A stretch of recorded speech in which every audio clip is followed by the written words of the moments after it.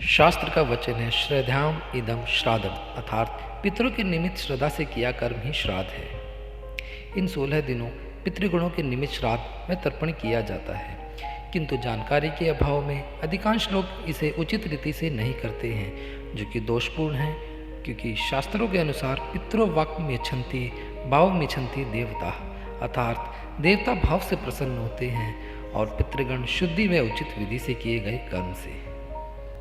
पितृपक्ष में पितृदोष के निवारण के लिए उज्जैन स्थित गया कोठी तीर्थ उन्हीं के लिए वरदान है जो गया जाकर पितृदोष शांति नहीं करवा सकते हैं। पितृदोष ये वह दोष है जो पितरों से संबंधित होता है, पितृदोष कहलाता है।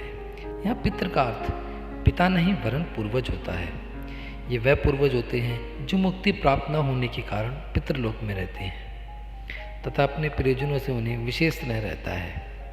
श्राद्ध या अन्य धार्मिक कर्म कांड न किए जाने के कारण या अन्य किसी कारणवश रुष्ट हो जाएं तो उसे पितृदोष कहते हैं।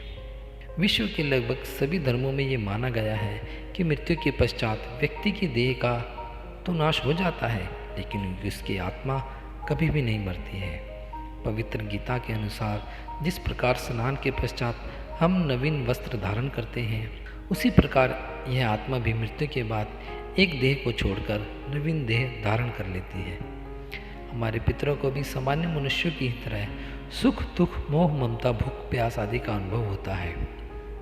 यदि पितृ योनि में गए व्यक्ति के लिए उसके परिवार के लोग श्राद्ध कर्म तथा श्रद्धा का भाव नहीं रखते हैं तो वह पितृ अपने प्रयोजनों से रुष्ट हो जाते हैं। सामान्यतः इन पितरों के पास अलौकिक शक्तियाँ होती हैं तथा ये अपने परिजनों एवं वंशजों की सफलता सुख समृद्धि के लिए सदैव चिंतित रहते हैं। जब इनके प्रति श्रद्धा तथा धार्मिक कार्य नहीं किए जाते हैं तो ये निर्बलता का अनुभव करते हैं तथा चाहकर भी अपने परिवार की सहायता नहीं कर पाते हैं तथा यदि वे नाराज हो गए तो उनके परिजनों को तमाम कठिनाइयों का सामना करना पड़ता है।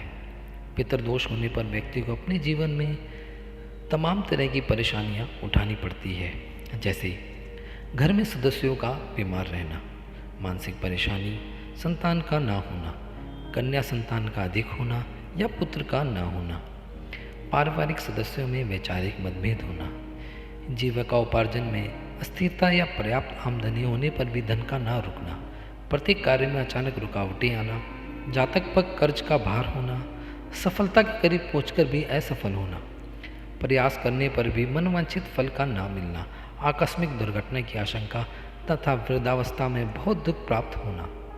आजकल बहुत से लोगों की कुंडली में काल सर्प योग दोष भी देखा जाता है। वस्तुतः काल सर्प योग भी पितृदोष के कारण ही होता है, जिसकी वजह से मनुष्य के जीवन में तमाम मुसीबतों एवं अस्थिरता का सामना करना पड़ता है। श्रद्धापूर्वक श्राद्ध में किए गए ब्राह्मण भोजन का सूक्ष्म अंश परिणित होकर उसी अनुपात में मात्रा में प्राणी को मिलता है जिस योनि में वह प्राणी है। पितृलोक में गया हुआ प्राणी श्राद्ध में दिए गए अन्न का स्वदा रूप में परिणित हुए अन्न को खाता है। यदि शुभ कर्म के कारण मरकर पिता देवता बन गया है तो वह श्राद्ध में दिया हुआ अन्न उसे अमृत में परिणित होकर देव योनि में प्राप्त होगा।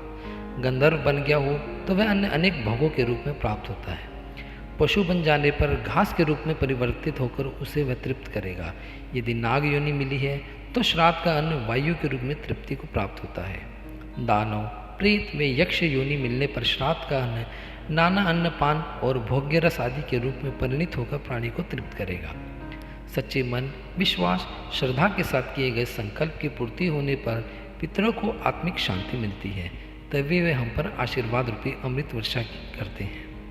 श्राद्ध की संपूर्ण प्रक्रिया दक्षिण दिशा की ओर मुँह कर की जाती है। इस अवसर पर तुलसी दल का प्रयोग अवश्य करना चाहिए। गया, पुष्कर, प्रयाग, हरिद्वार आदि तीर्थों पर श्राद्ध करने का विशेष महत्व होता है। जिस दिन श्राद्ध करें उस दिन पूर्ण ब्रह्मचर्य का पालन करें। श्राद्ध के दिन क्रोध, चिड़चिड़ापन और कलह से दूर रहें। पितरों को भोजन सामग्री देने के लिए मिट्टी के बर्तनों का प्रयोग किया जाना चाहिए। पत्ते या लकड़ी के बर्तनों का भी प्रयोग भी किया जा सकता है। श्राद्ध कार्य के अनुष्ठान से सूक्ष्म जीव को तृप्ति मिलती है, इसलिए ये श्राद्ध कर्म किया जाता है।